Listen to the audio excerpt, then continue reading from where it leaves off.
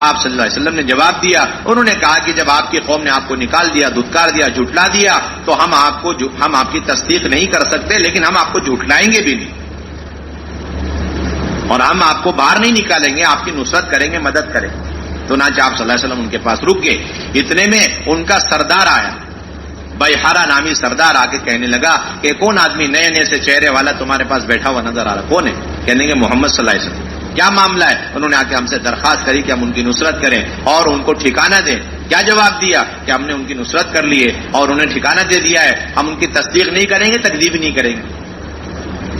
تو کہنے لگا کہ ایسے شخص کو تم پناہ دے کر کے جسے اس کی قوم نے نکال دیا, جھٹلا دیا, دھتکار دیا, تم چاہتے ہو کہ سارا عرب ایک طرف سے تمہارے اوپر حملہ آور ہو جائے, حملہ کرے, سارے عربوں کی دشمنی لینا چاہتے ہو ایسے آدمی کو ٹھکانہ دے کر. میری رائے بالکل نہیں. یہ کہہ کر ان کو ورغلا کر پھر وہ آیا, اے محمد صلی اللہ علیہ وسلم آپ یہاں سے اٹھیے, یہاں سے اٹھیے. اللہ سید الانبیاء صلی اللہ علیہ وسلم, آپ اٹھیے یہاں سے, آپ یہاں نہیں بیٹھ سکتے, آپ اٹھیے. آپ صلی اللہ علیہ وسلم خاموشی سے, تنے تنہا ہے, کوئی نہیں ساتھ, اکیلے اٹھو, اپنی سواری پر سوار ہو گئے. جانے لگے تو یہ بیحارہ نامی آدمی نے اپنے عصا اور ڈنڈے سے آپ صلی اللہ علیہ وسلم کی سواری پر ایک جو ہے کس کے چونکا لگایا تاکہ اس سے آپ کی سواری بد گئی اور آپ صلی اللہ علیہ وسلم نیچے گرے. یہ دین کی محنت, تکالیف اور اذیتوں, ناگواریوں کے ساتھ اور غیر مانوس لوگوں کے پاس جا کے محنت کر, یہ ساری سنتیں دعوت کی, جب تک یہ سنتیں برقرار رہیں گی تو دعوت کی حقیقت اور دعوت کے نتیجے میں ہدایت مدعو کے حق میں اگر مقدر میں ہے, ورنہ ہلاکت طے ہے اگر ہدایت مقدر میں نہیں ہے, اور پورے عالم کا اس داعی کے لیے مسخر ہونا طے ہے. تین بنیادی باتیں ملیں, تین بنیادی باتیں ملیں. اگر ہدایت مقدر میں تو دعوت داعی جتنا دین کی دعوت کے سلسلے میں مجاہدے برداشت کرے گا اتنا اللہ رب العزت ہدایت کے فیصلے فرمائے اور اسے اپنے دین پر استقامت سے مالا مال فرمائے. دنیا کی بڑی سی بڑی لالچیں اور دنیا کے بڑے سے بڑے عہدے اور منصب کی ظاہری شکلیں صورتیں اس کے سامنے رکھ دی جائیں, لیکن وہ رتی بھر اور رائے کے دانے کے برابر اور لمحے بھر اپنے دین اور دین کی محنت کو چھوڑنے کے لیے تیار نہیں ہو, کیونکہ اپنے دین کا داعی ہو, اپنے دین کا داعی ہو. سب کا مل کر اعمال کو کر لینا اپنی جگہ پر بڑا اہم عمل ہے, لیکن ان میں سے ہر ایک صحابی کی طرح پختہ دین کا داعی ہونا چاہیے. یہ مستقل ایک مسئلہ ہے. سب مل کے کام کریں بہت اچھی بات, لیکن ہر فرد اپنی ذات کے اعتبار سے اپنے دین کی دعوت میں کتنا پختہ ہے, یہ سب سے اہم مسئلہ ہے. ایسا تو نہیں کہ ایک آدمی کی وجہ سے 9 آدمی چل پھر رہے اور ایک آدمی ادھر ادھر ہو گیا تو وہ 9 آدمی بالکل ہینڈی کیپ ہو گئے, معذور ہو گئے, نہ سوچ سکتے, نہ بول سکتے, نہ سن سکتے, نہ دیکھ سکتے کہ وہ ایک تھے وہ چلے گئے, وہ ایک تھے وہ چلے میں گئے, وہ ایک تھے 3 دن میں چلے گئے. اس کا مطلب ہے کہ آدم سازی کا سلسلہ ہمارے پاس نہیں, رجال سازی کا سلسلہ ہمارے پاس نہیں. آپ صلی اللہ علیہ وسلم نے جس طرح اپنی ذات سے خود دعوت دینے کا اہتمام فرمایا, تکلیفیں برداشت کری, ناگواریاں برداشت کری, اسی طریقے سے آپ کا یہ مستقل معمول تھا کہ جو بھی آپ کے ہاتھ میں دین قبول کر کے, اسلام قبول کر کے بیعت ہوتا, سب سے پہلے سیرت میں یہ بات آپ کو ملے گی وہ پکا داعی بنتا. ایک معمولی درجے کا آدمی, حضرت صدیق اکبر کے بارے میں مشہور ہے, وہ آئے اور دین میں داخل ہوئے اور گئے, اپنے دوستوں کو دعوت دی پہلے دن اور دوسرے دن, اور دونوں دن کے نتیجے میں اکثر عشرے مبشرہ دین میں داخل ہوئے. ایک معمولی درجے کا آدمی, ایک اعرابی ہے, وہ اللہ کے نبی صلی اللہ علیہ وسلم اسے دعوت دے رہے ہیں, درخت آپ کی گواہی دے رہا ہے 3 مرتبہ کر کے, اور پھر جیسے وہ کلمہ پڑھ کے مسلمان ہوا, اب وہ کہہ رہا ہے میں فوراً جاؤں گا اور اپنی قوم کو جا کے دعوت دوں گا. اگر میری قوم مان لے بہت اچھی بات ہے, ورنہ میں تو تنہے تنہا آپ کے پاس آ کے زندگی بھر آپ کے ساتھ رہوں. یہ ہر ایک کے اندر مشترکہ چیز ملے گی آپ, یہ نہیں مل جل کر کے, وہ اپنی جگہ پر ہے, لیکن ہر فرد اپنی ذات سے, میں اپنی قوم کو, اپنے قبیلے کو, ہر فرد امت کو دعوت دوں, اس میں میں اپنی جان لگاؤں, اپنے مال لگاؤں. یہ دعوت کی اہم اور بنیادی سنت ہے. ایک معمولی درجے کا ایک شخص حضور کی خدمت میں آتا ہے, پہچانتا ہے بازار میں اللہ کے نبی صلی اللہ علیہ وسلم, اور پھر کلمہ پڑھ کے دین میں داخل ہوتے ہی خود تقاضا رکھتا ہے کہ اللہ کے نبی وہ ایک جنگل اور وہاں ایک چشمہ ہے, وہاں پر کچھ لوگ رہتے ہیں اور آپ مجھے اجازت دیں، میں فوراً جا کے ان کو دعوت دوں گا، اور مجھے پوری امید ہے، بڑی صلاحیت اور استعداد کے اور صاف دل کے لوگ ہیں، آپ اجازت دیں میں دعوت دوں، مجھے پوری امید ہے انشاءاللہ وہ سب کے سب کلمہ پڑھ لیں گے۔ عجیب بات ہے، ایک نیا آدمی، اس کا نام بھی نہیں ملتا، بس رجل کر کے ذکر آتا ہے، ایک فرد کلمہ پڑھ لیا بازار میں، اور وہیں پر دائی بن کر کے وہ اگلے دوسرے گشت کے لیے جا رہا ہے بنجر علاقوں میں۔ یہاں ہمیں پتہ ہی نہیں 10 سال ہو گئے، دوسری مسجد میں کام کو کیسے اٹھانا کچھ پتہ ہی نہیں، مشورے چل رہے بیٹھے ہوئے۔ جب گشت کی شکل میں نہج میں ہوگا تبھی تو دوسرے گشتوں کے ذریعے سے قریب کے دور کے محلوں کے اندر کام کی پختگی اور کام وجود میں آئے گا۔ جب گشت ہی نہیں ہے، گشت کی شکل میں نہیں، گشت سے متعلق جتنے مجاہد ہیں وہ نہیں، ہم سمجھتے ہیں وہ اللہ کے نبی کے مجاہد الگ اور یہ گشت الگ ہے، یہ اپنی مرضی سے کر لو، نہیں ایسا کچھ۔ اللہ تعالیٰ نے ان گشتوں کے اندر، ان ملاقاتوں کے اندر وہی انوارات، وہی ہدایت، وہی نورانیت، بلکہ مولانا یوسف رحمۃ اللہ علیہ کا ملفوظ، مولانا یوسف فرمایا کرتے تھے کہ تم یہ گشت کرتے رہو جن لوگوں سے موت تک کبھی ملنے کی امید نہیں ہے، اور ہر وقت وہ دین کے اور دینداروں کے سلسلے میں وہ کوششیں کرتے رہتے ہیں کہ کسی طریقے سے یہ دین ختم ہو جائے، ایسے لوگوں کو اپنی گمراہی کا اور اپنے بھٹکنے کا اللہ آپ لوگوں کے گشتوں کے ذریعے سے احساس پیدا کر دے۔ ایسے جس طریقے سے کوئی آدمی جنگل میں، گھنے جنگل میں بھٹک گیا ہے اور سورج کی کرنیں پتیوں کے بیچ میں سے اندر جاتی ہیں، شعاعیں، تو وہ محسوس کرتا ہے کہ میں شاید راستہ بھول گیا، بھٹک گیا، اور پھر تم ان تمام علاقوں کے اندر گشت کرتے رہو، ان بڑی بڑی عمارتوں کے دائیں بائیں سے تم گشت کرتے ہوئے فکروں کے ساتھ نکلتے رہو۔ تو فرماتے تھے جس طرح مسلسل سورج کی شعاعیں اور کرنیں اس گھنے جنگل کے اندر جانے کی وجہ سے وہ شخص ایک نہ ایک دن باہر نکلتا ہے اور سورج کی روشنی کے بنیاد پر وہ اپنی منزل تک پہنچ جاتا ہے، اسی طرح ایک وقت آئے گا یہ سارے حکام ہیں، وزراء ہیں اور مختلف امت کے طبقات ہیں، خواص ہیں، یہ سب کے سب نکل کر آئیں گے۔ وہ دن زیادہ دور نہیں کہ تمہارے سامنے گھٹنے ٹیک کر کلمہ نماز سیکھ رہے ہو، انہی گشتوں سے ہوگا۔ اللہ نے ہر دور کا باطل، چاہے نمرود کی شکل میں، فرعون کی شکل میں، حامان اور قارون کی شکل میں ہو، اور شداد کی شکل میں، قوم عاد قوم سمود کی شکل، جتنی شکل میں بھی باطل جب بھی آیا وہ ایک ہی راستہ تھا، دعوت، اس کے علاوہ کوئی راستہ نہیں۔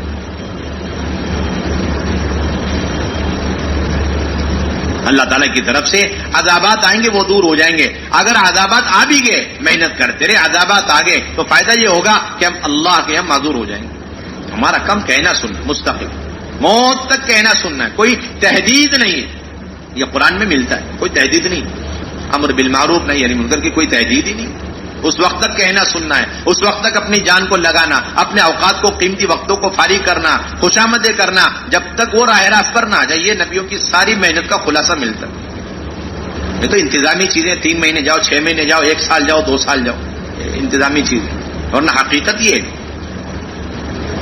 ہم نے اسی کو نصاب سمجھ لیا، اسی کو اعلیٰ ترین معیار سمجھ لیا، یہ ہماری تنزلی کی بنیادی وجہ اور سبب ہے، اور اصل سے ہم ہٹ گئے، انتظامی چیزوں میں لگ گئے۔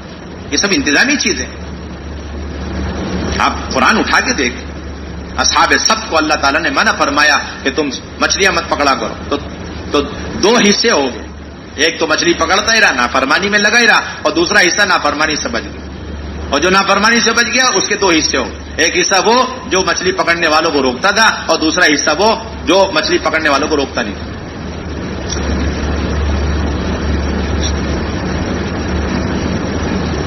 اب آیت کے اندر یہ فَلَمَّا نَسُوا مَا ذُكِّرُوا بِهِ أَنجَيْنَا الَّذِينَ يَنْهَوْنَ عَنِ السُّوءِ وَأَخَذْنَا الَّذِينَ ظَلَمُوا بِعَذَابٍ بَئِيسٍ بِمَا كَانُوا يَفْسُقُونَ۔ جب ان کو یاد دلایا گیا، یاد دہانیاں کی گئی، اور پھر بھی انہوں نے اسے بھلا دیا، تو پھر ہم نے ظالمین کو دردناک عذاب میں پکڑ لیا، ظالموں کو پکڑ لیا۔ حضرت عبداللہ بن عباس کا قول تفسیر جساس میں لکھا ہے، وہ فرماتے تھے آیتنی حاضل آیا، اس آیت نے مجھے تھکا دیا، مجھے مطلب نہیں سمجھ میں آ رہا اس آیت۔ یہ بات صحیح ہے کہ جو نافرمانیوں میں رہے اور بات نہیں مانی وہ ہلاک ہوئے، یہ بات صحیح ہے، اور جو لوگ نافرمانی سے بچے اور نافرمانوں کو روکتے رہے، منع کرتے رہے، تو انہیں بھی نص قرآنی کی بنیاد پر یہ بات معلوم ہو گئی کہ ان کو نجات مل گئی، انجینا الذین ینہون عن السوء۔ لیکن وہ جو تیسرا طائفہ اور تیسری جو جماعت تھی جو نافرمانی سے بچی ہوئی تھی لیکن نافرمانوں کو نہیں روک رہی تھی، ان کے بارے میں آیت میں کوئی تذکرہ نہیں۔ میں بہت پریشان ہوں، سمجھ نہیں پا رہا ان کا فیصلہ کیا ہوا، قرآن نے تو کچھ کہا ہی نہیں۔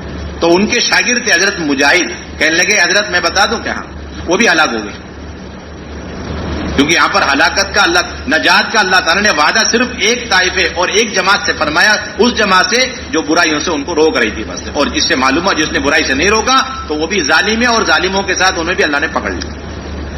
تو حضرت ابن عباس نے فرمایا تم نے میرا بہت بڑا بوجھ ہلکا کر دیا، اور یہ کہہ کر کے خلعت نصیب فرماؤ، اپنا لباس ہدیہ کر دیا. اور انہوں نے کہا بھی تھا لم تعظون قوما اللہ مہلکہم ومعذبہم عذابا شدیدا، کہ تم ایسی قوم کو نصیحتیں کیوں کرتے پھر رہے کہ جن کو اللہ تعالیٰ ہلاک کرنے والے ہیں یا پھر دردناک عذاب میں مبتلا کرنے والے. تو مسلسل سمجھا رہے تھے اور وہ مان نہیں رہے تھے، تو انہوں نے طے کر لیا، جس طرح ہم لوگ ہوتے نا طے کر لیتے ہیں، بہت سمجھا لیا. جماعتوں بھی کہتے ادھر مت جاؤ، ملاقات مت کرو. کیوں جا رہے ہو آپ؟ تو انہوں نے دو فائدے بتائے. ایک فائدہ یہ کہ اللہ کے یہاں کم سے کم جب تک عذاب نہیں آئے گا ان کے منکرات پر، ان کی برائیوں پر، ان کی نافرمانیوں پر، جب تک اللہ کی طرف سے عذاب نہیں ہے، عذاب نہیں آ رہا، اس وقت تک ہم مکلف ہیں ان منکرات سے بچنے کے. جس طرح ہم مکلف ہیں ان منکرات میں مبتلا لوگوں کو جا جا کے فہمائشیں کرنا، سمجھانا، بجھانا بار بار، یہ ہماری ذمہ داری، فریضہ ہے. اس کا کوئی جو ہے مقدار متعین نہیں، کوئی مقدار متعین نہیں، جو قرآن نے ثابت کر دیا. اس کا فائدہ یہ ہوگا کہ کل قیامت میں اگر پوچھ ہوئی وہ اسی نافرمانیوں میں آنے والے عذاب میں وہ مبتلا ہو گئے اور شکار ہو گئے، اور کل قیامت میں ہم سے پوچھوگی تو ہم معذرت تو پیش کر سکتے ہیں کہ ہم آخری لمحے تک عذاب کے نازل ہونے تک انہیں سمجھاتے رہے. یہ معیار ہے ہمارے کام. یہ پوچھتے دوسرا گشت کب تک کرنا ہے، ملاقاتیں کب تک کرنی ہے.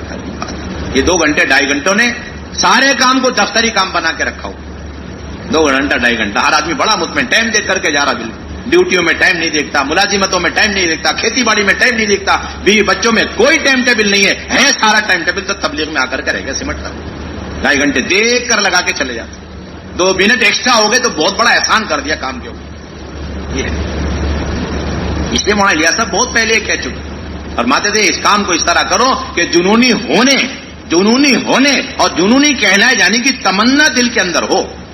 اتنا کام کے لوگ ہیں پاگل آدمی. ہم تو چاہتے نہیں کہ یہ شہادت اور یہ ڈگری ہمیں مل جائے، ہم نہیں چاہتے. اتنا ماحول سے متاثر ہے کہ یہ بھی دیکھنا چاہیے، وہ بھی دیکھنا چاہیے، سب نظام دیکھ کے چلنا چاہیے. یہ بول کر کے سب چیز ختم. باقی دنیا کے کاموں میں مجنون ہونا ہمیں آتا ہے، اپنے کاروبار میں مجنون ہونا آتا ہے، لیکن امت جہنم کی طرف جا رہی ہے. انہیں جہنم سے بچا کر جنت کی طرف لے جانے کے لیے اللہ نے دعوت کی مبارک محنت عطا فرمائی. اس کے اندر ہم مجنون ہو جائے یا مجنون کوئی کہہ دے، اس کی کوئی خواہش نہیں. یہاں تک جملہ مولانا الیاس صاحب رحمۃ اللہ علیہ کا ملتا ہے. اس کام کے اندر اپنی فنا میں اپنی بقا کا یقین کامل ہونا چاہیے. اس کام کے اندر اپنی فنا میں اپنی بقا کا یقین ہو تو اللہ تعالیٰ دنیا میں جنت کا مزہ چکھا.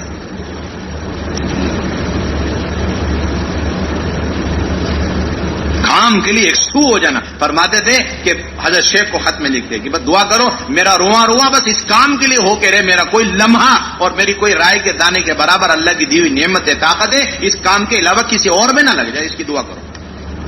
میں مکمل اپنے کو اس کام کے لیے یکسو کرنا چاہتا ہوں. اس کو استخلاص بولتے ہیں. اور پورے یقین کے ساتھ فرماتے تھے کہ یہ جو اللہ کی طرف سے عذابات آ رہے ہیں یہ نافرمانیوں کی وجہ سے تو ہیں. اس کے ساتھ یاد رہے کہ یہ عذابات ختم نہیں ہوں گے. لوگوں نے کہا حضرت دعا فرما دیں، یہ بڑے بڑے حالات امت کے اوپر، پریشانیاں، طرح طرح کی اذیتیں، تکلیف، آپ دعا فرما دیں. کہنے کہ جب تک شرط پوری نہیں کرو گے تو یہ کوئی دعا کارگر نہیں، کوئی دعا کارگر نہیں. شرط کیا ہے کہ امت کے اندر بے طلبی جو ہے اسے دور کرنا اور ان کے اندر دین کی طلب پیدا کرنا. جب تک یہ شرط آپ پوری نہیں کریں گے، یعنی امر بالمعروف نہیں، یعنی منکر کو انجام نہیں دیں گے جو فریضہ اللہ نے اس امت پر عائد فرمایا، اس وقت تک یاد رکھ لینا کہ رات بھر امت کے عوام، خواص، ولی، قطب سب مل کر کے پیشانیاں زمین پر رکھ کر ناک رگڑ کر کے دعائیں کر لی، عذابات دور ہونے والے. شرط چھوڑ دیا آپ نے، شرط چھوڑ دیا. بہت قوت سے کہتے تھے مولانا الیاس صاحب. ایک مکتوب نے یہاں تک لکھا حضرت مولانا الیاس صاحب رحمۃ اللہ علیہ نے کہ میں دیکھ رہا ہوں کہ امر بالمعروف نہی عن المنکر اور یہ دعوت کی مبارک محنت کے اندر جب تک تازگی پیدا نہیں ہوگی، پختگی نہیں پیدا ہوگی، اس وقت تک میں حضور صلی اللہ علیہ وسلم کی روح مبارک کو بے چین پا رہا ہوں. صاف طور پر فرماتے تھے پورے عالم کے اندر اس وقت جتنے حالات، جتنے مسائل ہیں، کہتے تھے پوری قوت اور وثوق کے ساتھ فرماتے تھے کہ ان سب کا حل اور ان سب کا دفعیہ اور ان سب کا ختم ہونا یہ میرے اس کام کے اندر منحصر ہے. جتنا یہ کام تازہ ہوتا چلے جائے، پختہ ہوتا چلے جائے، گہرا ہوتا چلے جائے گا اور جان و مال کو اس کے لیے بے قیمت کرنا آسان اور عام ہوتا چلے جائے گا، اتنے سارے حالات امت کے اندر سے ختم ہوتے چلے جائیں. بہت بنیادی چیز. اس کی پہلی بنیادی چیز ہر فرد امت کے پاس خود جانا، انفرادی دعوت کا اہتمام کرنا، فرد کے پاس جانا اور تکالیف کو برداشت کرنا. نامانوس سے نامانوس، غیر مانوس، سخت قسم کا آدمی، ضدی قسم کا آدمی، ایک ایک کے پاس جانا. یہ سب سے پہلے. اس کے لیے ہمارے پاس کوئی ٹائم نہیں ہے ہمارے پاس. ہاں کوئی کم سے کم دے دے، کوئی حرج کی بات، ورنہ ہر ایک اپنے بیوی بچوں کے بعد جو وقت بچ رہا ہے وہ سارا کا سارا ادھر لگائے. پہلے تو یہ مجمع اس کا طے کر، یہ نہیں کہ 2.5 گھنٹے کا کام ہمارا، کوئی 2.5 گھنٹے کا کام. آج بھی حضرت صبح فرما رہے تھے کہ مولانا احسان صاحب نے مولانا یوسف صاحب کے بیانات میں سے اس بات کو بڑے اہتمام سے قلم بند کیا ہے کہ 12 گھنٹے چاہیے مسجد کو. کتنے گھنٹے چاہیے؟ 12 گھنٹے چاہیے مسجد، 12 گھنٹے چاہیے. اور پھر یہ بات طے ہے، اہم ترین سنت ہے کہ ان دعوتوں کے نتیجوں میں آپ صلی اللہ علیہ وسلم نے اگلی جو سنت ہمیں سکھلائی وہ اس امت کو مسجدوں کے ماحول میں اور مسجدوں کے اعمال میں لا کر جمع کرنا اور مسجد کے ماحول میں رکھنا. یہ دعوت کی اہم ترین سنت حضور صلی اللہ علیہ وسلم نے اپنی 23 سال کی محنت کے نتیجے میں ہمیں سکھلایا. اور اللہ تبارک و تعالی نے ان مسجد اور مسجد کے اعمال کے اندر اس امت کی تعلیم اور تربیت اور تزکیے کا وعدہ فرمایا. اللہ کے بندوں کو اللہ کے گھر میں لا کر اور اللہ کی بڑائی بولنے سے بڑھ کر اللہ کے غیر کا تاثر دل سے نکالنے کا اور کوئی راستہ نہیں. وَلَمْ يَخْشَ إِلَّا اللَّهِ، ما سوى اللہ کا سارا خشیہ یعنی ما سوى اللہ کا سارا تاثر نکالنے کا واحد راستہ ہے ان مساجد کو آباد رکھو، کوئی راستہ نہیں. مولانا یوسف صاحب رحمۃ اللہ علیہ فرمایا کرتے تھے کہ کوئی آدمی مسجد میں آ کر 5 وقت کی نماز بہت اونچی سطح پر پڑھ کر کے چلے جاوے، لیکن مسجد میں آ کر مسجد والے اعمال میں مسجد کے حلقوں میں اگر نہیں بیٹھ رہا ہے تو پہلے سے زیادہ اسباب کا یقین لے کر کے لوٹے گا.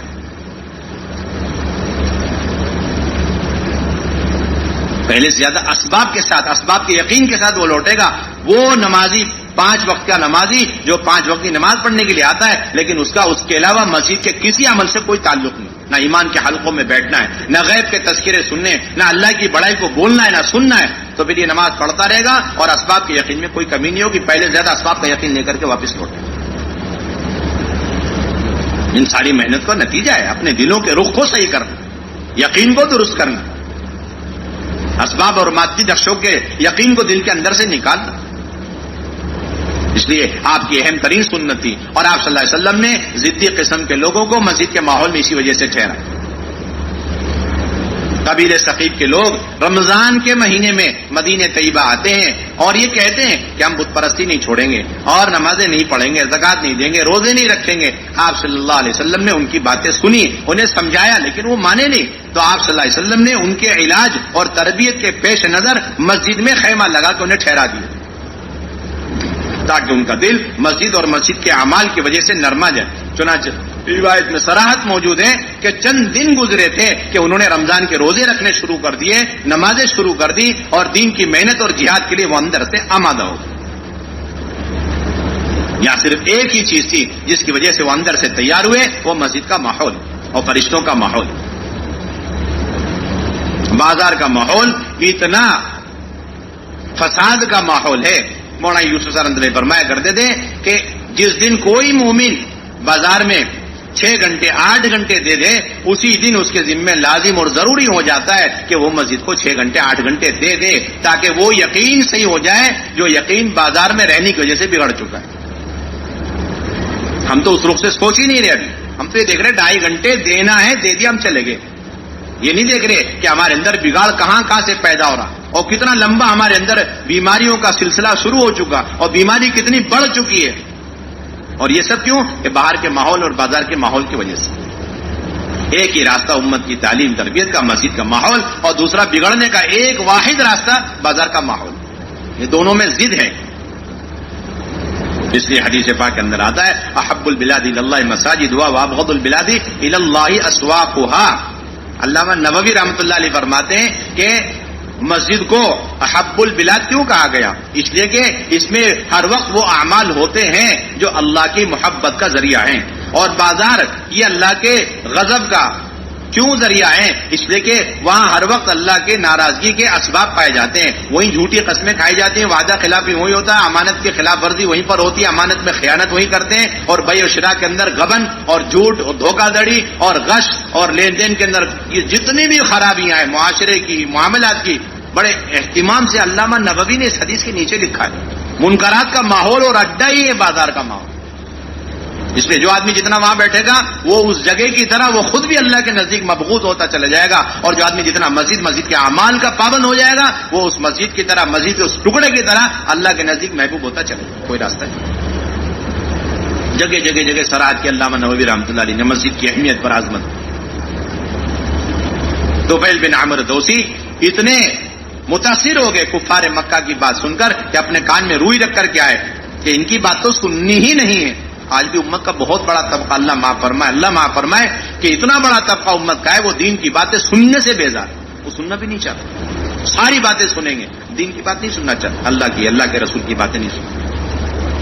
ابھی ایک جماعت گئی یہیں پر، قریب کا علاقہ ہے، مستورات کی جماعت گئی، ان کو کھلایا پلایا، ہماری جماعتوں نے خوب خرچ کیا، تو وہ صرف تھوڑی دیر کے لیے دسترخوان میں ہماری مستورات کے ساتھ بیٹھ جاتی تھی، اور تھوڑی دیر کے لیے، لیکن وہ کہتی تھی یہ بیان اور یہ قال اللہ قال رسول اور تعلیم کے حلقوں میں مت بٹھایا کرو، یہ بات یہ ہمیں نہیں لگتی، مناسب نہیں یہ بات۔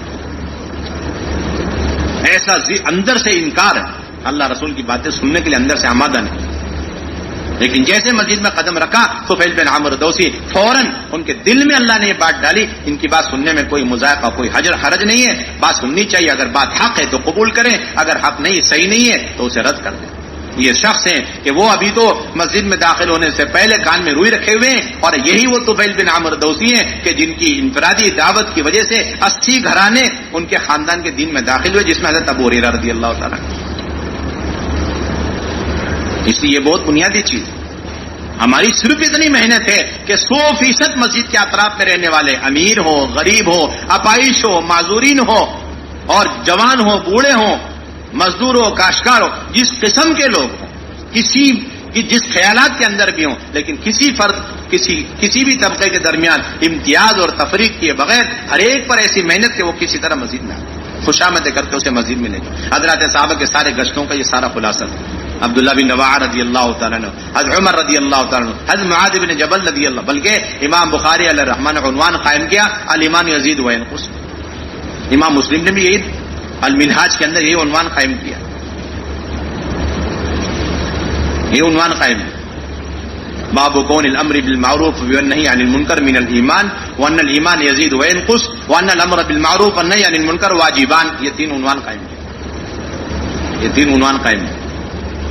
امر بالمعروف نہیں عن المنکر ایمان کا حصہ ہے، اور ایمان میں سے، اور امر بالمعروف اور ایمان بڑھتا بھی ہے گھٹتا بھی ہے، اور امر بالمعروف نہیں عن المنکر یہ دونوں بنیادی واجبات میں سے، فرائض میں سے عنوان قائم کیا علامہ نووی رحمۃ اللہ، یہ فرائض میں سے واجبات میں سے، اور اس کا ایمان سے گہرا تعلق، یہ سارے جو گشت ہیں یہ ملاقاتوں کا سلسلہ، یہ ایمان کے ترقی کا عین سبب ہے۔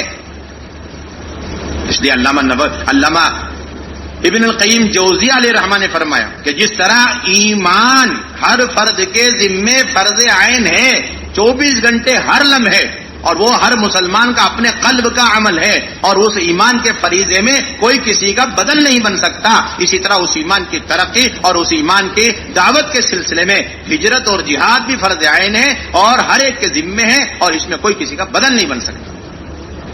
زاد المعاد فی حدیث خیر العباد میں لکھا ہوں، جس طرح ایمان فرض اس کی نسبت پر جہاد اور ہجرت فرض، اس کے بغیر نہیں۔ لوگ کہتے ہیں کہ گشتوں کا کیا حکم ہے؟ آپ یہ دیکھ لو، ان گشتوں کے ذریعے سے آپ خود اپنے ایمان میں ترقی محسوس کر رہے ہیں، آپ خود فیصلہ لگاؤ، اور ان گشتوں اور ملاقاتوں کے ذریعے سے منکرات کے ماحول سے امت کے طبقات نکل رہے ہیں، اور نکل کر معروفات پر آ رہے ہیں، نیکیوں پر آ رہے ہیں، ان کے معاملات اور معاشرے، ان کے عقائد اچھے ہو رہے ہیں، توحید رسالت اور آخرت کے اعتبار سے پختہ ہوتے جا رہے ہیں۔ آپ خود فیصلہ کریں اس کا کیا درجہ ہونا چاہیے۔ امام بخاری نے تو صاف فیصلہ کر دیا کہ ایمان بڑھتا گھٹتا ہے، اور ایمان کے بڑھنے کا یقینی سبب حد معاد والا عمل پیش کر دیا کہ وہ لوگوں کو دعوت دے کر مزید لاتے تھے، کہتے آؤ بیٹھو ہم اللہ کے تذکرے کریں تاکہ ایمان بڑھ جائے. یعنی امام بخاری نے ثابت کر دیا ایمان بڑھتا ہے، اور بڑھنے کا یقینی سبب اللہ کے بندوں کو دعوت دے کر اللہ کے گھر میں لے کر آ کر کے اللہ کی بڑائی بولنا. آپ کے پاس اس کا کوئی بدل عمل موجود ہے، آپ ہمیں پیش کر دیجیے.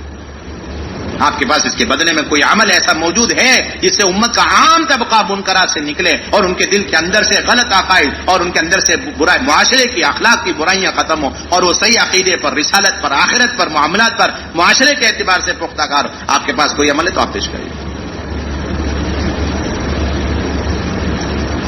جو حکم امر بالمعروف نہی عن المنکر کا ہے وہی حکم اس عمل کا ہوگا جو اس امر بالمعروف نہی عن المنکر اور اس کے نتیجے میں ایمان کے پختگی کا ذریعہ بن رہا ہے، وہی حکم اس کا لگے. کوئی عام امتی ہے اور اس کے پاس ایمان میں ترقی، ایمان میں پختگی اور اپنے عقائد کو درست کرنے اور اپنے عبادات اور معاشرے کے اعتبار سے اصلاح کے لیے اس کے علاوہ اور کوئی عمل اس کے پاس نہیں ہے، تو یہی عمل علماء نے لکھا ہے اس کے ذمہ فرض ہو جائے گا. یہ گشت کرتا رہے، ملاقاتیں کرتا رہے اور مسجد کے اندر ایمان اعمال کی مجلسوں میں بیٹھتا رہے تاکہ ایمان میں ترقی کرتا رہے. اس کے پاس اس کے علاوہ کوئی عمل نہیں. اس لیے بہت بنیادی ذمہ داری ان گشتوں کو، ان ملاقاتوں کو صرف گشت اور ملاقات کہہ کے چھوڑنا نہیں. یہ بعین ہی امر بالمعروف نہی عن المنکر کے فریضے کی ادائیگی کا ایک مستقل شکل ہے، مسنون شکل. ایک کے پاس جانا خوشامد کر کے لے کر کے، اپنے دین پر استقامت سے لے کر کے پوری امت کے صحیح سنت شریعت پر آنے کا یہ واحد راستہ گشتوں کے ذریعے، ملاقاتوں کے ذریعے سے آپ لے کر کے. اس لیے حضرت عبداللہ بن رواحہ رضی اللہ عنہ نے یہ بات فرمائی تھی، ان قلوبنا اشد تقلبا من القدر اذا استجمعت غلیانها، کہ ہم یہ کیوں گشت کر رہے ہیں؟ ایمان والے ایمان والوں پر گشت کر رہے ہیں، صحابہ پر گشت کر کیوں کر رہے ہیں؟ انہوں نے صاف بتایا اس کی وجہ یہ ہے کہ دل ہے نا بہت تیزی سے پلٹتا ہے، چاہے وہ صحابہ کا دل ہو چاہے ولی کا دل ہو، دلوں میں کوئی فرق نہیں ہوتا، دل پلٹتے بس، اس لیے اس کا نام قلب رکھا گیا. انہوں نے قاعدہ کلیہ کے طور پر بتایا یہ قلبوں کا حال، یہ دلوں کا حال یہ ہے کہ وہ اس ہانڈی سے زیادہ تیزی سے پلٹ جاتے ہیں جس کے اندر کی چیزیں بڑی تیزی سے پلٹا کرتی ہیں آخری ابال کے وقت. کہ اگر وہ مزید فرشتوں کے ماحول، ایمان اور یقین کے حلقوں میں، اعمال کے ماحول میں، تو پھر نیکیوں کی طرف تیزی سے اس کی طبیعت چلتی ہے، اس کا دل چلنے لگتا ہے. اس کے برعکس اگر وہ تھوڑی دیر کے لیے مسجد سے باہر نکل کے چلے گیا اور بازار کے ماحول میں بیٹھ گیا تو اتنی دیر میں اتنا متاثر ہو جاتا ہے کہ اس کو برائیاں نیکیوں کے مقابلے میں اچھی لگنے لگتی ہیں، برائیاں کرنے لگ جاتا ہے، سوچنے میں مجبور ہو جاتا ہے. آپ ایک واقعے سے اس کی مثال دیکھ سکتے ہیں. حضرت عمر رضی اللہ تعالیٰ کے زمانے میں ایک نوجوان تھا اور بہت عبادت گزار، حضرت عمر کا بڑا چہی تھا اور ہر وقت مسجد میں رہتا تھا. مسجد سے باہر صرف اپنے والدین کی خدمت کے لیے نکلا کرتا. خیر القرون کا زمانہ، حضرت عمر جیسا زمانہ، اور مسجد سے اتنا لگاؤ رکھنے والا، اور وہ صرف اپنے ماں باپ کی خدمت کے لیے جاتا. وہ ماں باپ کی خدمت جب جاتا تھا راستے میں ایک بدکار عورت کا مکان پڑتا تھا، وہ اس نوجوان کو بہکاتی رہتی تھی. ایک مرتبہ بس چلتے چلتے وہ بہکا رہی. اس کا یہ اثر تھا کہ ایک مرتبہ وہ نوجوان اتنا جو ہے اس کی بات پر آ گیا کہ وہ عورت آگے آگے اور وہ نوجوان پیچھے پیچھے، اور وہ عورت اپنے گھر میں داخل ہو چکی اور وہ نوجوان بھی گھر میں داخل ہو گیا. آپ سوچئے سر، سوچئے خیر القرون کا زمانہ، مسجد میں ہر وقت پڑا رہنے والا جوان حضرت عمر کے ماتحتی میں، ان کی نگرانی میں اس کی تربیت ہو رہی. اور گزرتے گزرتے ایک خاتون کی اس تھوڑے سے وسوسے کوشش کے نتیجے میں اس کا دل پلٹ گیا. کہتا ہے کہ وہ داخل ہوا، اس کو ایک دم سے ایک آیت یاد آ گئی، ان الذین اتقوا اذا مسهم طائف من الشیطان تذکروا فاذا هم مبصرون. یہ آیت اسے یاد آئی، بے ہوش ہو گیا. متقی لوگ وہ ہیں کہ جب شیطان ان کے اندر وسوسے ڈالتا ہے، انہیں گمراہ کرنے کی کوششیں کرتا ہے، تو وہ اللہ کو یاد کرتے ہیں تو ایک دم سے ان کے اندر کی آنکھیں، دل کی آنکھیں کھل جاتی ہیں، انہیں بصیرت مل جاتی اور ان کی ان گناہوں سے حفاظت ہو جاتی. وہ آیت اسے یاد آئی، وہ بے ہوش ہو گیا. وہ عورت گھبرا گئی، اپنی باندی کے سہارے سے اس نوجوان کو لے جا کے اس کے گھر کے دروازے پہ چھوڑ کے راتوں رات واپس آئی. اب گھر والے پریشان، گھر سے باہر نکلے اسے تلاش کرنے کے لیے. دیکھا بیٹا تو دروازے پہ پڑا ہوا، اسے اندر لے گئے. بہت دیر کے بعد ہوش آیا، پوچھا کیا گزری؟ اس نے شرماتے ہوئے سارا واقعہ سنا ہے. تو باپ نے پوچھا وہ کون سی آیت تھی جس کی یاد آنے پہ تجھے بے ہوش؟ اس نے وہ آیت پڑھی، پھر بے ہوش ہو گئے. ان الذین اتقوا اذا مسهم طائف من الشیطان تذکروا فاذا هم مبصرون. وہ آیت پڑھی، فوراً بے ہوش ہو گئے. اس مرتبہ اتنا لمبا بے ہوش کہ اسی میں اس کی جان پرواز کر گئی. انتقال ہو. خیر کی حالت میں اس کے اللہ کے ڈر اور خوف کی حالت میں اس کی موت آ گئی. اور انہوں نے دیکھا رات کا وقت ہے، معمولی درجے کا ایک آدمی ہے کوئی، اس لیے حضرت عمر کو کیا تکلیف دینی ہے، راتوں رات اس کو غسلا کے کفنا کر کے نماز جنازہ پڑھ کے دفن بھی کر آگے. حضرت عمر کو صبح خبر ملی تو حضرت عمر قبر میں پہنچ گئے اپنے ساتھیوں کو لے کر، اور پہنچ کر کے وہاں یہ آیت پڑھی وَلِمَنْ خَافَ مَقَامَ رَبِّهِ جَنَّتَانِ، جس کے دل میں اللہ کے سامنے حضوری اور پیشی کا ڈر اور خوف رہتا ہے، ایسے لوگوں کے لیے 2 جنتوں کے وعدے ہیں. یہ آیت پڑھ رہے اور قبر کے اندر سے جوان جواب دے رہا ہے امیر المومنین اللہ نے وہ دونوں جنتیں مجھے عطا فرما دی. باپ اندازہ لگا سارے فتنوں سے تحفظ کا راستہ مسجد والا راستہ، مسجد کے اعمال والا.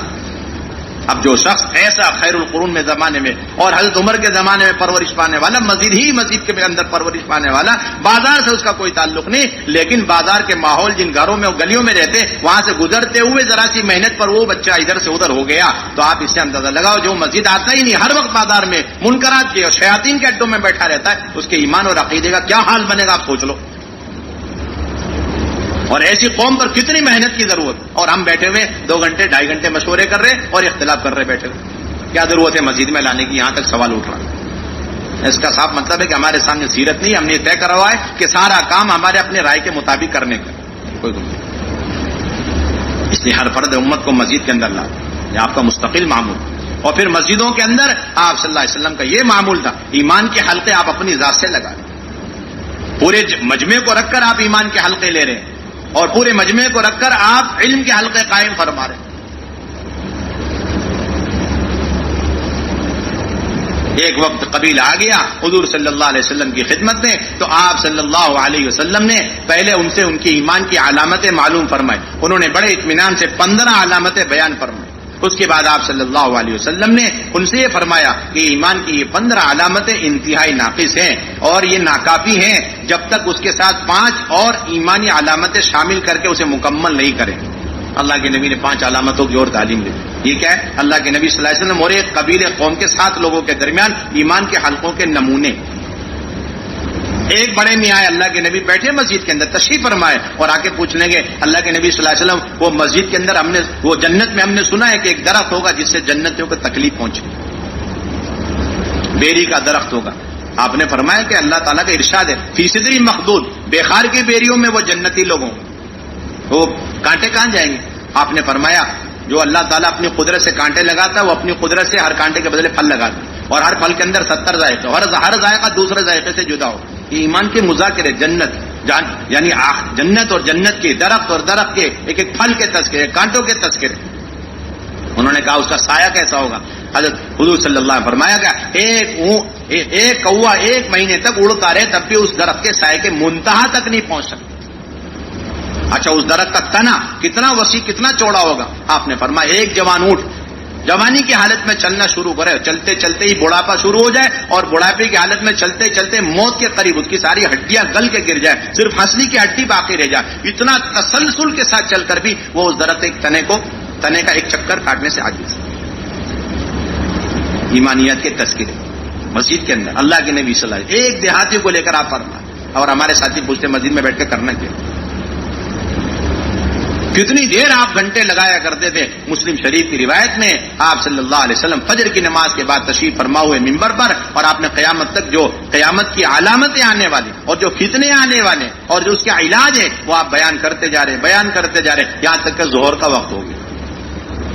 ہمارے ساتھی وقت پوچھ رہے کتنی دیر کرنا، اور تعلیم بہت دیر ہو گئی، اور تعلیم کرے کہ نہیں؟ ہم اللہ کے راستے میں اگر جائیں اور ہماری تعلیم ہو گئی اس کے بعد مزید وار جماعت تعلیم کرنے بیٹھے تو ہمیں بیٹھنا چاہیے نہیں بیٹھنا چاہیے؟ ایسے سارے سوالات ہوتے. ظہر کی نماز پڑھائی اللہ کے نبی، پھر دوبارہ ممبر پہ تشریف فرما ہوئے، پھر آپ نے حدیثیں بیان شروع فرمائی یہاں تک کہ عصر کا وقت ہو گیا. راوی کہتے عصر کی نماز پڑھانے کے لیے آپ نیچے تشریف لائے اور پڑھا کر دوبارہ آپ ممبر پہ تشریف فرما ہوئے، اور مغرب تک آپ آخرت کے اور قیامت کی ساری علامتیں اور جتنے فتنے اور اس کے بچنے کے اسباب اور اعمال بیان کر، یہاں تک کہ مغرب کے وقت آپ کی مجلس پوری ہو، فجر سے لے کے مغرب تک تسلسل کے ساتھ، صرف بیچ میں وقفہ فرض نماز کی ادائیگی کے لیے سنت ہو. مسلم شریف کی روایت. یہ دن کا حال تھا مسجد النبوی کے اندر. رات کا کیا حال تھا؟ ابو موسیٰ شری رضی اللہ تعالیٰ فرماتے ہیں، مسلم شریف ہی کی روایت ہے کہ عشاء کی نماز کے بعد میں فارغ ہوا تو ایک صاحب نے میرا ہاتھ پکڑا، میں نے دیکھا تو حضرت عمر فاروق، اور کہنے لگے چلو بیٹھے ایمان کے علم کے حلقے لگا. حلال حرام کے تذکرے کرتے. یہ علماء کے لیے بڑی عبرت کا مقام ہے. کبار صحابہ، علماء صحابہ مسجد میں بیٹھے ہوئے آپس میں حلال حرام کے مذاکرے کرتے ہیں. وہ کہتے ہیں کہ ہم نے شروع کیا مذاکرہ اور مذاکرے کرتے رہے اور دیکھا فجر کی اذان ہو گئی. رات بھر مسجد النبوی میں حضرت عمر اور ابو موسیٰ اشعری جیسے اتنے اونچے جلیل القدر صاحب مسجدوں کے اندر یہ سیکھنے سکھانے کا. اس لیے علماء سے درخواست کی جاتی ہے کہ علماء کرام اپنی تدریس، تصنیف اور تعلیم اور جتنی بھی دینی خدمات انجام دے رہے ہیں سر آنکھوں پر ہے. اس کی افادیت کا کسی قسم کا کوئی انکار نہیں ہے اور اس کی کوئی تردید نہیں، کوئی تنقیص نہیں، لیکن اس کے ساتھ ساتھ ان سے بہت مؤدبانہ درخواست تمام قسم کی خدمات کے ساتھ ساتھ عین اللہ کی نبی کی سنت سمجھ کے مسجد کو تھوڑا قیمتی وقت آپ فارغ کریں. امت کے عام طبقے کو اپنے علم کے ذریعے استفادے کا آپ موقع اور راستہ کھولیں، ان کے لیے دروازے کھولیں. یہی بخاری ہم پڑھتے پڑھاتے ہیں، لیکن اسی بخاری میں ہی اس لیے مولانا الیاس فرمایا کرتے تھے، مولانا یوسف رحمۃ ہم یہ نہیں کہتے کہ شیخ الحدیث بخاری کا درس چھوڑ کر کے مسجد میں بیٹھ کر التحیات کی تعلیم دیں، ہم یہ تو نہیں کہیں گے، لیکن یہ ضرور گزارش کریں گے کہ جتنی اہمیت اور عظمت ہمارے دل کے اندر بخاری شریف کی درس کی ہوا کرتی ہے، وہی عظمت اور وہی اہمیت ہمارے دل کے اندر مسجد کے اندر بیٹھ کر ایک عام انسان کو التحیات کی تعلیم دینے کی ہونی چاہیے. ہم یہ درخواست کرتے ہیں آپ سے.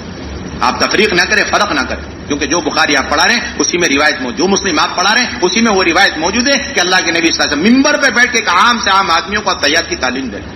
موطا امام مالک کی روایت ہے، حضرت عمر اپنے خلافت کے زمانے میں ممبر پہ بیٹھ کر کے عام آدمی آ رہے، نئے نئے لوگ آ رہے ہیں، انہیں وہ نماز پڑھنے آ رہے ہیں، جا رہے تو انہیں التحیات کی تعلیم دے رہے ممبر پہ بیٹھ کر کے. تو ایمان کے حلقے اور علم کے حلقے یہ دو بنیادی چیزیں، ان دونوں کا تعلق مسجد سے. امت کی جہالت کا واحد راستہ اور علاج امت کے عام طبقے کا. دیکھیے ہمارے پاس جو بالغین اور طالبین ہیں ان کی تعلیم کا 100% انتظام ہے، اور جو غیر بالغین اور طالبین بچے ہیں ان کی تعلیم کا انتظام ہے. لیکن جو بالغین مکلفین غیر طالبین جو 99% امت تک ان کی تعلیم اور تربیت کا کوئی نظام ہمارے پاس نہیں، کوئی نظام ہمارے پاس نہیں. مولانا علی صاحب رحمۃ اللہ علیہ نے بڑے اہتمام سے اس بات کو لکھا. مولانا سید سلیمان ندوی رحمۃ اللہ علیہ نے بڑے اہتمام سے لکھا ہے کہ پہلی صدی ہجری کے ختم ہوتے ہی جو تعلیم کے سلسلے میں تغیر پیدا ہوا، تبدیلی آئی، وہ یہ کہ تعلیم اور تربیت ان لوگوں کے لیے منحصر ہو کے رہ گئی، اور ان لوگوں کے لیے تعلیم اور تربیت کا سارا بندوبست اور انتظام تھا جو طالب بن کر آتے تھے اور جو بے طلب تھے اور جنہیں اپنے مرض کا سرے سے جو ہے احساس اور شعور نہیں تھا، اور جو اکثری لوگ تھے ان کے تعلیم کا تربیت کا کوئی انتظام باقی نہیں رہا. جبکہ وہی انبیاء کی محنت کی بنیاد اور شروعات تھی، اور وہی ان کی بعثت کا بنیادی مقصد یعنی بے طلبوں میں جا کے دین کی طلب پیدا کی. یہ ہماری ساری محنت کا خلاصہ ہی ہے. ہماری بہت بنیادی ذمہ داری مساجد کی سطح پر امت کو اپنی صحبتوں کے ذریعے سے تعلیم دی، مسئلے مسائل بتلانا اور پھر فتوے دینا، اس کا بھی مسنون طریقہ اور مسنون جگہ اقرب الی سنہ طریقہ وہ مسجد کا ماحول ہے. اس کو بتلانے کے لیے امام بخاری نے کتاب العلم کے اندر ترجمۃ الباب کتاب العلم کے آخر میں قائم کر دیا، باب ذکر العلم والفتیہ فی المسجد، کہ مسجد میں علم کا سیکھنا سکھانا اور مسجد کے اندر فتوے کا لینا دینا. مسجد کے اندر آگے کچھ نہیں بولا، سنت ہے، واجب ہے، فرض ہے، کچھ نہیں بولتے امام بخاری، وہ آپ خود ہی استنباط کرو. باب ذکر العلم والفتیہ فی المسجد، مسجد کے اندر سلسلہ تھا، کوئی بھی آتا اور آ کر کے مسجد سے اپنی ضرورت کا علم سیکھ کر کے جا. ایک مچھیرا ہے اور سمندر میں مچھلی پکڑ رہا، دریا میں مچھلی پکڑ رہا، وہ بھی آ کر کے مچھلی سمندر کے پانی دریا کے پانی کے بارے میں مسئلہ پوچھ رہا ہے. مجھے نمازی ہوں، نماز پڑھنا ہے، وضو ہے، پینے کی ضرورت ہے، اس دریا کا کیا حکم ہے؟ اللہ کے نبی نے حکم فرمایا هو الطهور ماؤه والحل میتته. ایک شکاری ہے وہ بھی آ کر کے مسئلے معلوم کر رہا ہے، ایک کپڑے میں نماز ہو جائے گی، دو کپڑے ضروری. ایک معمولی سا چرواہا عقبہ بن عامر رضی اللہ تعالیٰ عنہ، اپنی اونٹ چرانے کی ان کی باری ہوا کرتی تھی، لیکن اس کے ساتھ ساتھ مسجد النبوی میں آ کر اپنے علم کے لینے اور سیکھنے میں ان کے لیے اونٹ چرانا اور اس معمولی قسم کے اجرت کا کام ان کے لیے مانی نہیں ہے. دروازہ کھلا ہوا ہے علم سیکھنے کا، آئیے اور سیکھ کر کے جائیے. عقبہ بن عامر فرماتے میں آیا اور دیکھا کہ اللہ کے نبی حدیثیں سنا رہے ہیں. میں نے کہا بڑی عمدہ روایت ہے. آپ نے فرمایا جو آدمی نماز پڑھے اچھی طریقے سے وضو کر کے تو وہ جنت میں داخل ہو جاتا، اللہ کی طرف متوجہ ہو کے نماز پڑھے. تو حضرت عمر نے فرمایا اے عقبہ تمہارے آنے میں دیری ہو گئی، تمہارے آنے سے پہلے حضور صلی اللہ علیہ وسلم نے ایک حدیث اور سنائی، اور وہ اس سے عمدہ روایت. اور یہ روایت یہ کہ جو آدمی وضو کرے اچھی طریقے سے اور پھر یہ دعا پڑھے اشہد ان لا الہ الا اللہ وان محمدن عبدہ ورسولہ، تو اس کے لیے اللہ کی طرف سے اجازت اور اختیار ہے کہ وہ جنت کے 8 دروازوں میں سے جس دروازے سے چاہے داخل ہو۔ عقبہ بن عامر اونٹ چرا رہے ہیں اور اس کے ساتھ ساتھ اللہ کے جو ہے مجلس میں جا کر، صحبت میں رہ کر، مسجد کے ماحول میں آ کر کے اپنی بنیادی ضرورت کا علم سیکھ لی، یہ دعا سیکھ لی انہوں نے۔ وضو کے بعد دعا کون سی پڑھی جاتی ہے؟ یہ بنیادی چیز۔ یہی آگے سلسلہ حضرات صحابہ کا بھی یہی سلسلہ، تابعین کا یہی سلسلہ، صحبتوں کے ذریعے مسجد کے ماحول میں علم دینا۔ حضرت اسود فرماتے ہیں، حضرت اسود بن یزید رضی اللہ تعالیٰ عنہ مسجد میں بیٹھے ہوئے، کوفہ کی مسجد میں بیٹھے ہوئے، ایک صاحب نے آ کر کے پوچھا کہ اس آیت کو کیسے پڑھنا ہے، تو حضرت اسود بن یزید رضی اللہ عنہ فرمایا کہ حضرت عبداللہ بن مسعود رضی اللہ تعالیٰ عنہ یہ آیت ایسی پڑھتے، فہل من مدکر ایسے پڑھتے، فہل من مدکر نہیں پڑھتے، فہل من مدکر پڑھتے تھے۔ اور عبداللہ بن مسعود رضی اللہ تعالیٰ عنہ نے مجھ سے بیان کیا کہ اللہ کے نبی صلی اللہ علیہ وسلم بھی ایسے ہی پڑھتے۔ ایک آیت ایک آدمی مسجد میں آ رہا ہے اور قرآن سیکھ کر کے جا، کیوں؟ ہر وقت علماء اکرام کبار تابعین میں شمار ہوتا ہے، اسود بن یزید، علقمہ بن مسعود، بڑے کبار تابعین میں ان کا شمار، مسجد کے اندر علمی حلقے لگے۔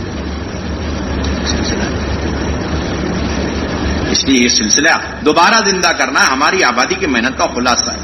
ہر شخص آئے اپنی ضرورت کا علم لے کر کے جائے، اس لیے ہر مسجد کو مدرسہ بنانا، مکاتب ان کے اندر قائم کرنا، یہ علماء کرام سے درخواست کی جائے، جس طرح ان کے ذمے نماز پڑھانا اسی طرح ان کے ذمے اس محلے کے اطراف میں رہنے والے چھوٹے بڑے بالغ غیر ہر ایک کو ان کی ضرورت کا علم سکھلانا۔ یہ نہیں کہہ رہے بڑی بڑی کتابیں اور بڑے بڑے ان کو مسائل، بڑی باریکیاں نہیں، یہ نہیں، بنیادی مسائل، ضرورت کا علم ان کو دینا ان کے ذمے فرض ہے۔ امام غزالی نے صراحت کی اس کی، ان کو منکرات سے روکنا، اس لیے کہ حضور صلی اللہ علیہ وسلم نے روایت میں حضور نے فرمایا یہ چیز کہ کیا بات ہے، بعض لوگ ہیں وہ اپنے پڑوسیوں کو علم نہیں سکھلاتے، اپنے پڑوسیوں کو دین کی سمجھ نہیں پیدا کرتے اور دین کے اعتبار سے سمجھدار نہیں بناتے، امر بالمعروف نہیں کرتے، نہی عن المنکر نہیں کرتے۔ اللہ کے نبی نے بڑی تنبیہ کے ساتھ یہ بات فرمائی۔ اس لیے بنیادی درخواست مساجد کے اندر علم کے حلقے قائم، اور جو مسجد میں آ جائے اب 4 لائن کی تشکیل، گھروں کے اندر 5 اعمال کے ساتھ تعلیم کے حلقے قائم کرنا، اس لیے کہ ہماری مسجد کی محنت کامل و مکمل اس وقت مانی جائے گی کہ جب مسجد کے اندر 24 گھنٹے اعمال ہو اور اس کے ساتھ ساتھ مسجد کے اطراف کے ہر گھر کے اندر اعمال دعوت قائم ہو جائے۔ آپ صرف مسجد کے اعمال سے مطمئن نہیں، ہم مسجد کے اعمال سے مطمئن نہیں جب تک ان مسجدوں کے ذریعے سے خواتین کی تعلیم تربیت کے سارے اعمال گھروں میں زندہ نہ ہو، تب ہمارا کام مکمل ہو۔ آپ یہ کہہ سکتے ہیں ہماری مسجد میں 100 آدمی جڑتے ہیں مشورے میں، تعلیم میں، ملاقاتوں میں، پہلا گشت اور دوسرا گشت اور مہینے کے سیر روزہ، لیکن خدا کی قسم یہ کام ادھورا اور آدھا ہی مانا جائے گا اگر اس مسجد کے اطراف میں گھروں کی تعلیم نہیں ہو رہی اور اس مسجد کے اطراف میں ہفتواری تعلیم ہفتواری گشت کے طریقے سے ہفتواری گشت کی طرح ہو نہیں رہے اور اس مسجد کے اندر سے مستورات کی جماعت مہینے میں نہیں نکل رہی، تو آپ کا خروج بھی ناقص، آپ کا مقامی کام بھی ناقص، دونوں ہی ناقص۔ ایمانیات کے حلقے لگے، علم کے حلقے نہیں لگے تو آپ کا تربیتی تعلیمی نظام ناقص مسجد کے اندر۔ ساری امت کی ذمہ داری اپنے علماء کو مشغول کرنا، جس طرح مریض اپنے ڈاکٹروں کو مشغول رکھتے، انجینئروں کو مشغول رکھا جا رہا ہے، ڈاکٹروں کو مشغول رکھا جا رہا ہے، ہم علماء کو مشغول نہیں کرتے۔ بارہا جانا، بار بار جانا، اہتمام کے ساتھ جانا، مسائل معلوم کرنا، اور دوسرے مسجدوں کے اندر مکاتب قائم کرنا، اور تیسرے مسجدوں کو وقت دینے کی تشکیل کرنا، اور چوتھے اللہ کے راستے میں نکلنے کی تشکیل، 4 بنیادی تشکیل۔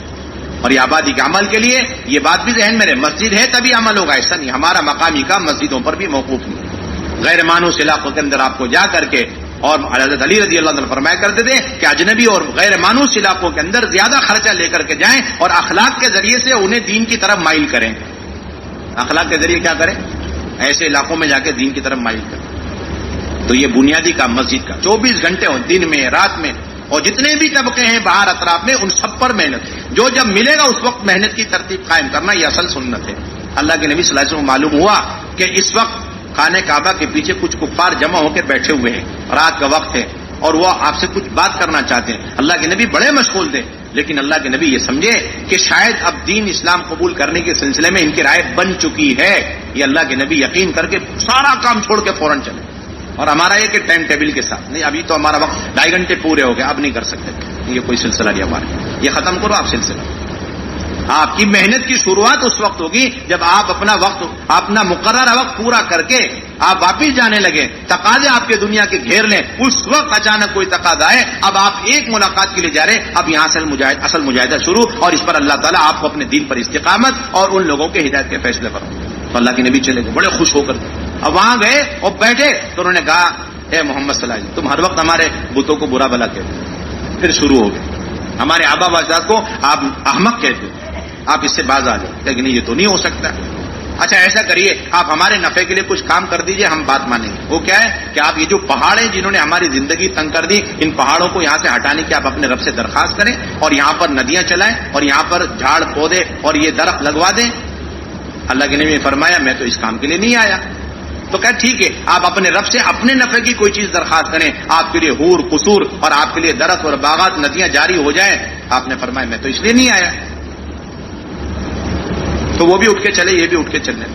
اتنے میں اللہ کے نبی صلی اللہ علیہ وسلم کے پھوپھی ذات لڑکا بھائی وہ بھی کھڑا ہو، کہنے لگا اے بھائی، اگر میری ایک مطالبے کو تقاضے کو آپ پورا کر دو تو میں آپ کی بات ماننے کو تیار ہوں۔ وہ یہ کہ چھوٹا سا مطالبہ، وہ یہ کہ آپ اپنے رب سے جس کے آپ دعوے کرتے ہیں ان سے درخواست کریں، ایک سیڑھی لگے اور سیڑھی زمین سے لے کے آسمان کو چھو رہی ہے، اور پھر آپ اس پہ چڑھنا شروع کریں، میں دیکھتا رہوں یہاں تک کہ آپ آسمان میں پہنچ جائیں، پھر آسمان سے جب واپس اترنے لگیں تو آپ کے ساتھ ایک کتاب کھلی بھی ہونی چاہیے، اور آپ کی رسالت کی گواہی دینے کے لیے 4 فرشتے ساتھ میں آنا چاہیے۔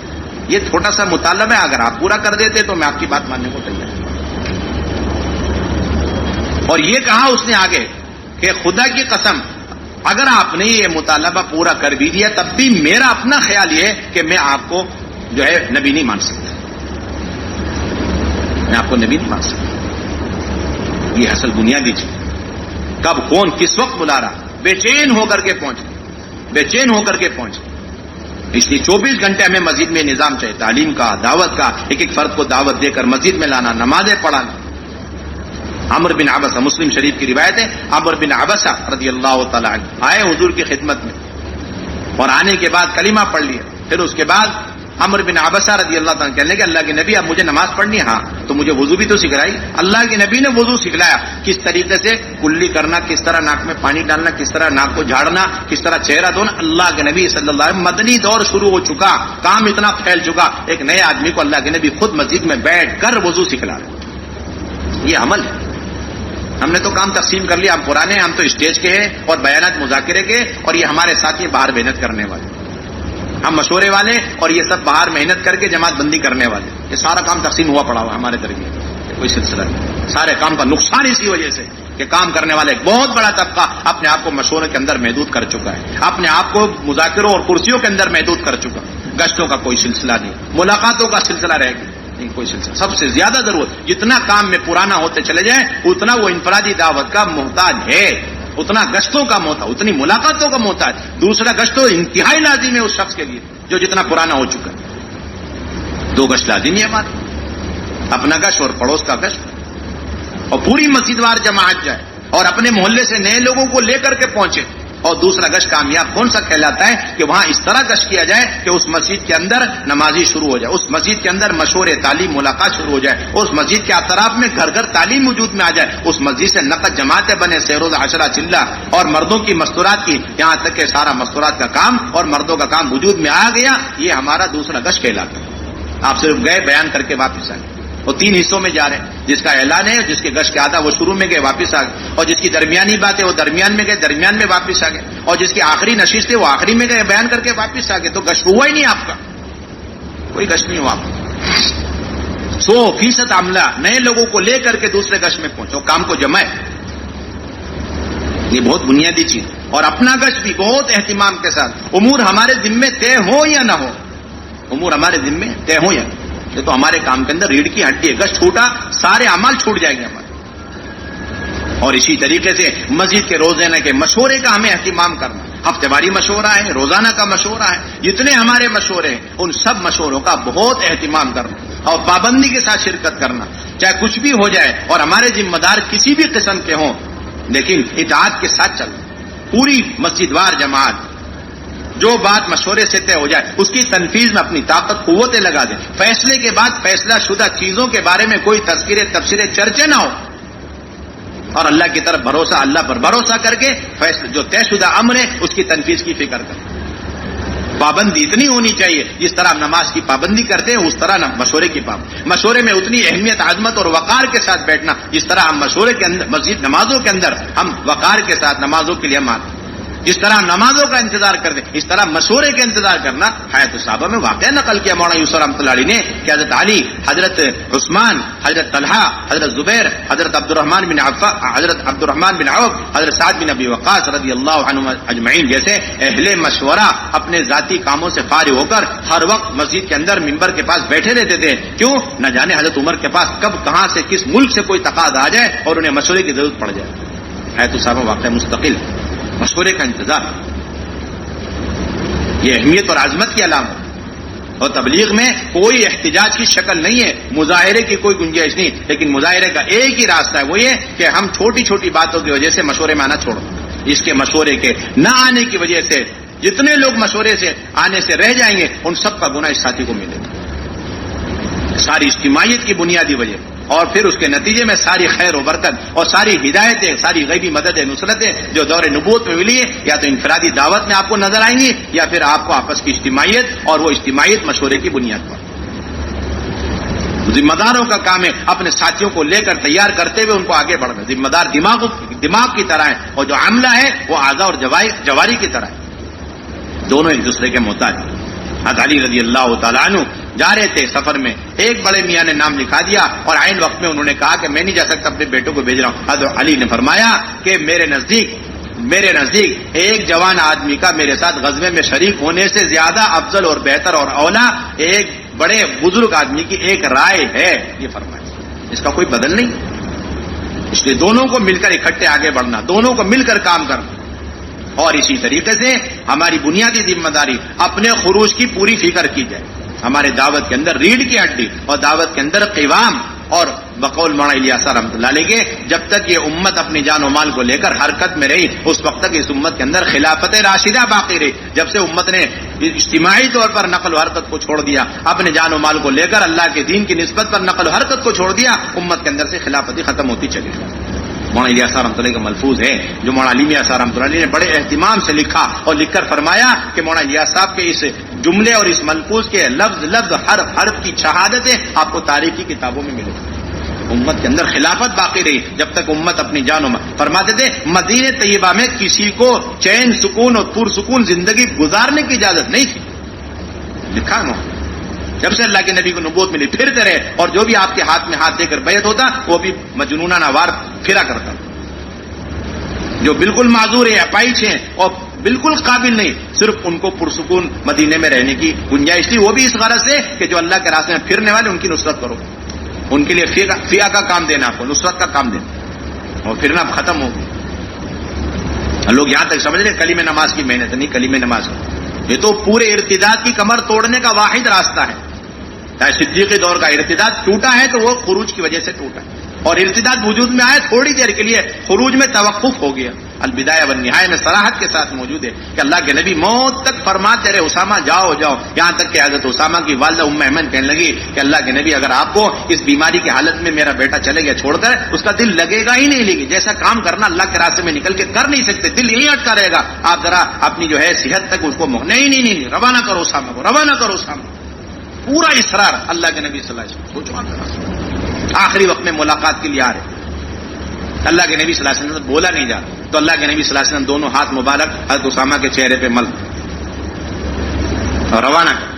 چلو, حضرت اسامہ فرماتے مجھے اطمینان ہو گیا کہ اللہ کے نبی مجھے دعائیں دے رہے برکت کی, نصرت کی, اور مجھے روانہ کر. روانہ ہو, انتقال کی خبر مل گئی, پوری جماعت واپس آ گئی, مہاجرین انصار سب کے سب واپس آ گئے. رکابوں میں پاؤں جا چکے, مولانا یوسف رحمۃ اللہ کے بیانات میں ملتا ہے, واپس آ گئے. بس واپس آنا اور تھوڑے دنوں کے لیے نقل و حرکت کی وہ محنت جس پہ اللہ کے نبی نے 23 سال میں صحابہ کو کھڑا کیا, وہ 1 ہفتے 10 دن کے لیے رک گئی.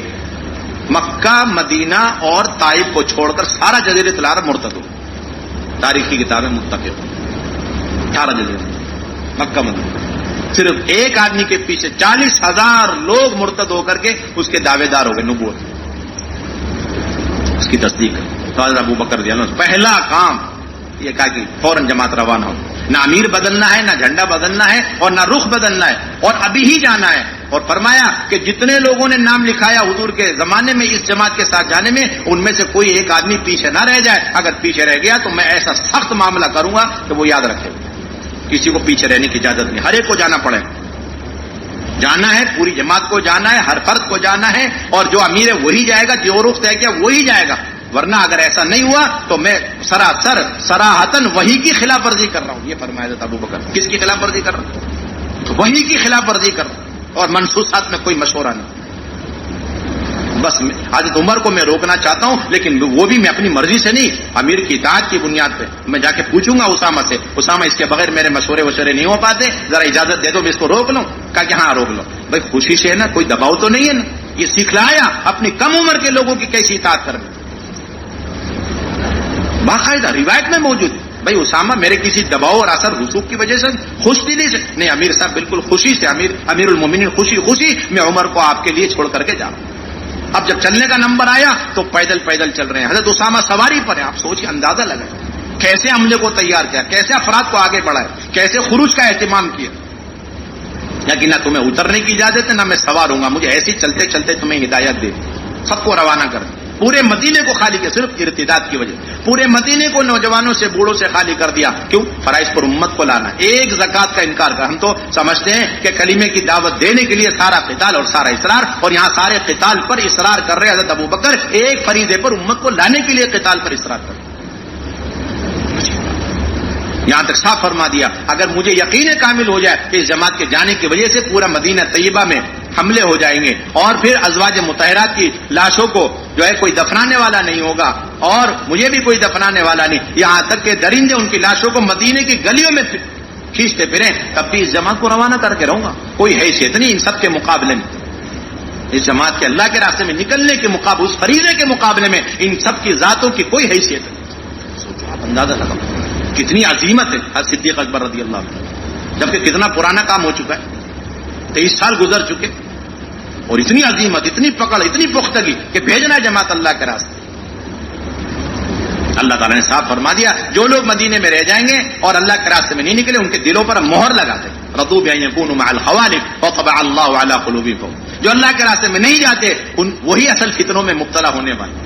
جو اللہ کے راستے میں نہیں جائیں گے، اپنے مقام پر اعمال دعوت کے ساتھ بھی اگر رک جائیں، تب بھی وہ اپنے آپ کو ہلاکت میں ڈالنے والے، اپنے آپ کو ہلاکت سے بچانے والے. اللہ کے راستے کے جہاد کو اور دین کو، دونوں کو ایک ہی چیز قرار دیا حدیث کے اندر کہ اگر تم اللہ کے راستے میں جانا چھوڑ دو اور اپنے گھر کے اندر رہ جاؤ، اپنے کاروبار اور اپنے کھیتی باڑی میں لگ جاؤ گے، تو پھر اللہ تعالیٰ تم پر ذلتوں کو مسلط کر دیں گے، اور وہ ذلت اس وقت تک ہٹائی نہیں جائے گی جب تک تم اپنے دین کی طرف نہیں لوٹو گے. یہ نہیں فرما جب تک جہاد کی طرف نہیں لوٹو. اس کا صاف مطلب ہے جہاد اور دین ہے، یعنی پورے دین کے وجود میں آنے کا سبب یہ اللہ کے راستے کی نقل آتا ہے. یہ اصل بنیاد ہے.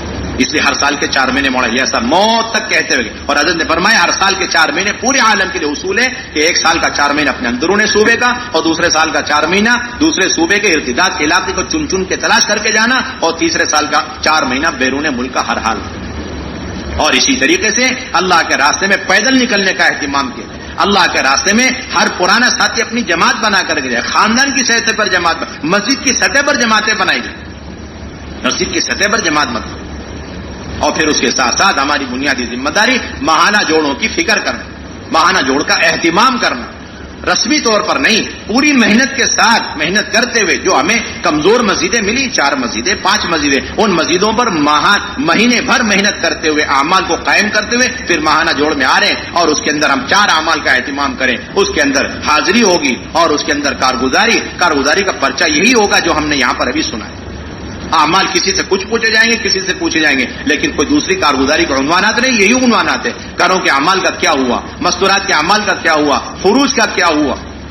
اور پھر تیسرے، اس کی روشنی میں ہمیں عزائم اور ترغیبی بات کر کے عزائم کرنے، اگلے آئندہ 1 مہینے تک ہمیں کتنے اعمال کو آگے بڑھانا، اور پھر حیات الصحابہ کا اہتمام. اسی طریقے سے شب گزاریوں کا بڑی پابندی کرنا، اپنے قیام اور طعام کے ساتھ شب گزاری میں مطلوب ہیں، اور اپنی پوری مسجد وار جماعت شریک ہو، اور محنت کرتے ہوئے جماعتیں بنا کر 4 مہینے کی، بیرون کی، اندرون کی جماعتیں بنا کر کے پھر شب گزاریوں میں آنا. نئے نئے ساتھیوں کو لے کر کے پہنچنا. عصر میں بیان ہے، پھر لے کے اپنے ساتھیوں کو بیٹھ گئے اور ہم دعوت دے رہے، ذہن سازی کر رہے ہیں. پھر مغرب کا بیان ہو گیا، پھر لے کر کے ہم بیٹھے، ان کو تیار کر رہے ہیں، انہیں آمادہ کر رہے ہیں. نئے ساتھیوں کو ماحول میں اس لیے لایا جاتا ہے، رات کا قیام اس لیے کروایا جاتا ہے، اشراق تک قیام تام کے ساتھ ہمارا شب گزاری کا ماحول ہو. حضرت عبداللہ بن عباس، حضرت عباس رضی اللہ تعالی عنہ نے رات بھر خیمے میں رکھ کر حضرت ابو سفیان پر محنت کری، جس کے نتیجے میں صبح انہوں نے کلمہ پڑھ لیا. اور پھر حضور صلی اللہ علیہ وسلم نے اتنے پر نہیں چھوڑا، بلکہ انہیں پہاڑ کی چوٹی پہ کھڑا کر دیا اور 10,000 صحابہ کی جماعتوں کی چھوٹی چھوٹی جماعتیں بنائی اور اس وادی کے نیچے سے گزرنے کو فرمایا. اور ہر جماعت کو یہ حکم دیا کہ جب ابو سفیان کا سامنا ہو تو وہاں ٹھہر جانا اور 3 مرتبہ زور سے اللہ اکبر پڑھنا. اب 10,000 لوگ 3 مرتبہ پڑھ کے گزرے. گویا کہ ایک آدمی کے دل کے اندر کلمے کے یقین کو اتارنے کے لیے 10,000 کو حکم دیا کہ اس کے سامنے 30,000 مرتبہ کلمے کی دعوت پیش کرو. یہ ہے اصل دعوت ہماری. یہ ساری میں نے چھوڑ ایک فرض پھر نہیں چھوڑا. پھر اس کو لے کر کہا کہ اب ان کو صحابہ کی مجلسوں میں رکھو تاکہ اجتماعی طور پر وضو کرنا دیکھیں، اجتماعی طور پر نماز پڑھنا دیکھیں. جب یہ سب کچھ ہو گیا تب جا کر اب وہ داعی بنے اور اس کے بعد انہیں مکے میں داعی بنا کر بھیجا گیا. ہماری بنیادی ذمہ داری. اس لیے گشت ہمیں شب گزاریوں کا بھرپور اہتمام کرنا، ماہانہ جوڑ کا ہمیں اہتمام کرنا، اپنی مسجد کے سطح پر جماعتیں، بیرون کے تقاضوں پر جماعتیں ہمیں بنانی. پورے عالم سے اس وقت تقاضا ہے، کھلے خرچ کی جماعتوں کے تقاضا. اس لیے ہر سال کے 6 مہینے کے ہم ارادے کریں انشاءاللہ. کرتے میں ارادے ہر سال کے 6 مہینے، ہر سال کے 6 مہینے، اور ادنا درجہ ہر سال کے 4 مہینے. 4 چلے کی تشکیل اب ہمارے یہاں نہیں. کوئی چلہ دے دیتا ہے کوئی بات نہیں، اس سے کوئی انکار نہیں. اور پورے اس یقین کے ساتھ کہ اس اللہ کے راستے کے نفر اور خروج پر بعین ہی اللہ رب العزت وہی درجات اور وہی وعدے پورے فرمائیں گے، وہی اجر و ثواب نصیب فرمائیں گے جو اجر و ثواب حضرات صحابہ کے نفر اور خروج پر ملا ہے. کوئی فرق نہیں الحمدللہ. نیت کرتے ہیں انشاءاللہ. کون کون تیار ہے ہر سال 6 مہینے کے لیے انشاءاللہ؟ اللہ تعالیٰ بے حد قبول فرمائے. بھائی عصر کے بعد بھی مجلس ہے، ساتھی اپنے ضروریات سے انفرادی اعمال سے عصر سے پہلے فارغ ہو جائے اور عصر کی نماز پڑھیں. نماز کے بعد پھر مجلس ہوگی انشاءاللہ.